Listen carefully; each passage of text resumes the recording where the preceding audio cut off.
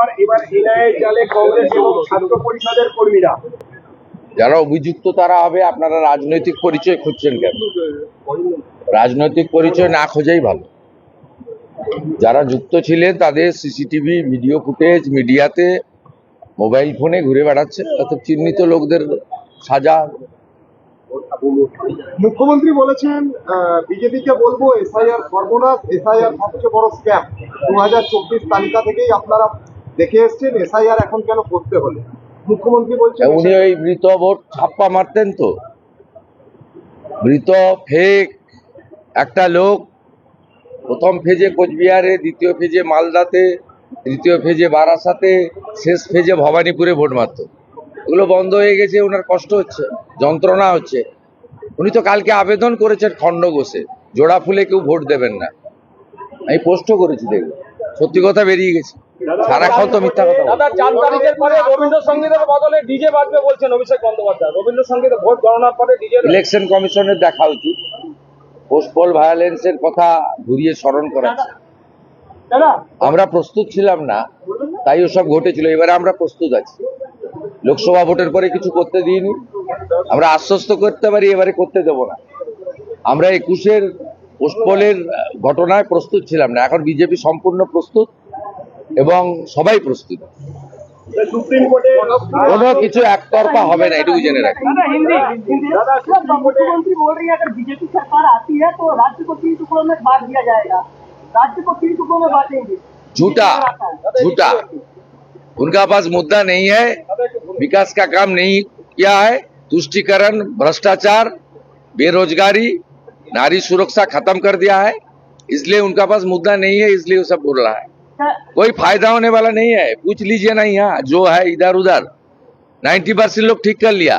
इस बार कमल छाप। भवानीपुर से उनका नाम कैंसिल करना चाहते हैं। कोई जरूरत नहीं, हारा दूंगा मैं। পর এবার এনআইএ জালে কংগ্রেস এবং ছাত্র পরিষদের কর্মীরা। যারা অভিযুক্ত তারা হবে। আপনারা রাজনৈতিক পরিচয় খুঁজছেন কেন? রাজনৈতিক পরিচয় না খোঁজাই ভালো। যারা যুক্ত ছিলেন তাদের সিসিটিভি ভিডিও ফুটেজ মিডিয়াতে মোবাইল ফোনে ঘুরে বেড়াচ্ছে, অত চিহ্নিত লোকদের সাজা। মুখ্যমন্ত্রী বলেছেন বিজেপিকে বলবো এসআইআর সর্বনাশ, এসআইআর সবচেয়ে বড় স্ক্যাম। 2024 তালিকা থেকেই আপনারা দেখে এসছেন, এসআইআর এখন কেন করতে হলো? মুখ্যমন্ত্রী বলছেন উনি ওই মৃত ভোট ছাপ্পা মারতেন তো। মৃত ফেক একটা লোক প্রথম ফেজে কোচবিহারে, দ্বিতীয় ফেজে মালদাতে, তৃতীয় ফেজে বারাসাতে, শেষ ফেজে ভবানীপুরে ভোট মারত। এগুলো বন্ধ হয়ে গেছে, ওনার কষ্ট হচ্ছে, যন্ত্রণা হচ্ছে। উনি তো কালকে আবেদন করেছেন খণ্ডঘোষে, জোড়া ফুলে কেউ ভোট দেবেন না। আমি পোস্টও করেছি, দেখবো সত্যি কথা বেরিয়ে গেছে। সারাক্ষণ তো মিথ্যা কথা বলে। দাদা 4 তারিখের পরে রবীন্দ্রসঙ্গীতের বদলে ডিজে বাজবে বলছেন অভিষেক বন্দ্যোপাধ্যায়। রবীন্দ্রসঙ্গীতে ভোট গণনার পরে ডিজে। ইলেকশন কমিশনের দেখা উচিত পোস্টপল ভায়োলেন্সের কথা ঘুরিয়ে স্মরণ করাচ্ছে। আমরা প্রস্তুত ছিলাম না, তাই ওসব ঘটেছিল। এবারে আমরা প্রস্তুত আছি। লোকসভা ভোটের পরে কিছু করতে দিইনি, আমরা আশ্বস্ত করতে পারি এবারে করতে দেব না। আমরা 21-এর পোস্টপলের ঘটনায় প্রস্তুত ছিলাম না, এখন বিজেপি সম্পূর্ণ প্রস্তুত এবং সবাই প্রস্তুত। সুপ্রিম কোর্টে কোনো কিছু একতরফা হবে না, এটুকু জেনে রাখি। मुख्यमंत्री बोल रही है अगर बीजेपी सरकार आती है तो राज्य को 3 टुकड़ों में बांट दिया जाएगा, राज्य को 3 टुकड़ों में बांटेंगे। झूठा झूठा, उनका पास मुद्दा नहीं है, विकास का काम नहीं किया है। तुष्टीकरण, भ्रष्टाचार, बेरोजगारी, नारी सुरक्षा खत्म कर दिया है, इसलिए उनका पास मुद्दा नहीं है, इसलिए वो सब बोल रहा है। कोई फायदा होने वाला नहीं है। पूछ लीजिए ना, यहाँ जो है इधर उधर 90% लोग ठीक कर लिया। इस बार कमल छाप। भवानीपुर से उनका नाम कैंसिल करना चाहते हैं। कोई जरूरत नहीं, हारा दूंगा मैं। পর এবার এনআইএ জালে কংগ্রেস এবং ছাত্র পরিষদের কর্মীরা। যারা অভিযুক্ত তারা হবে। আপনারা রাজনৈতিক পরিচয় খুঁজছেন কেন? রাজনৈতিক পরিচয় না খোঁজাই ভালো। যারা যুক্ত ছিলেন তাদের সিসিটিভি ভিডিও ফুটেজ মিডিয়াতে মোবাইল ফোনে ঘুরে বেড়াচ্ছে, অত চিহ্নিত লোকদের সাজা। মুখ্যমন্ত্রী বলেছেন বিজেপিকে বলবো এসআইআর সর্বনাশ, এসআইআর সবচেয়ে বড় স্ক্যাম। 2024 তালিকা থেকেই আপনারা দেখে এসছেন, এসআইআর এখন কেন করতে হলো?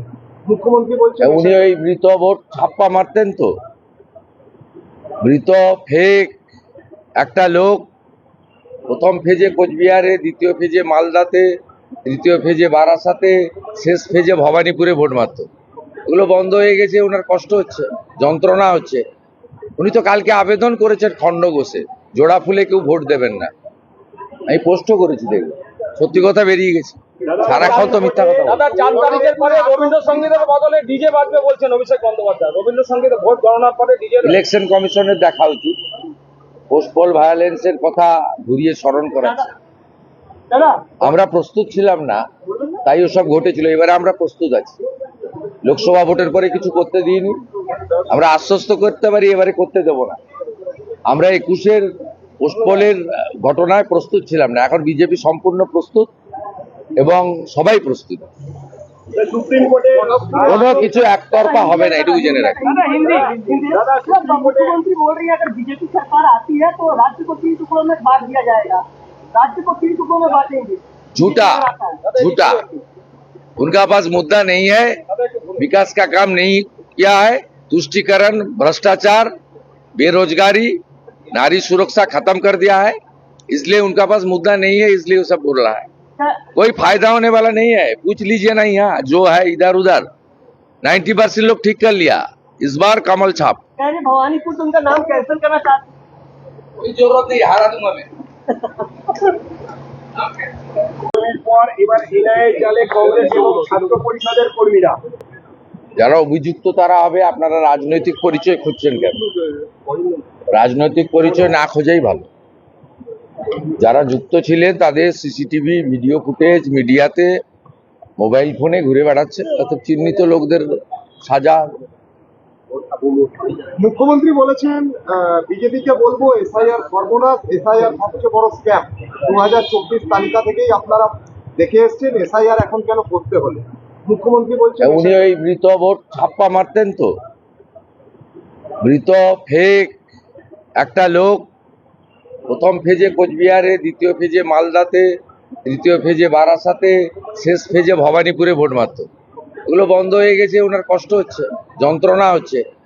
উনি তো কালকে আবেদন করেছেন খণ্ড বসে, জোড়া ফুলে কেউ ভোট দেবেন না। আমি পোস্টও করেছি, দেখবো সত্যি কথা বেরিয়ে গেছে, সারাক্ষণ তো মিথ্যা কথা বলে। দাদা 4 তারিখের পরে রবীন্দ্রসঙ্গীতের বদলে ডিজে বাজবে বলছেন অভিষেক বন্দ্যোপাধ্যায়। রবীন্দ্রসঙ্গীতে ভোট গণনার পরে ডিজে ইলেকশন কমিশনের দেখা উচিত, পোস্টপল ভায়োলেন্সের কথা ঘুরিয়ে স্মরণ করাচ্ছে। दादा আমরা প্রস্তুত ছিলাম না, তাই ওসব ঘটেছিল। এবারে আমরা প্রস্তুত আছি। লোকসভা ভোটের পরে কিছু করতে দিইনি, আমরা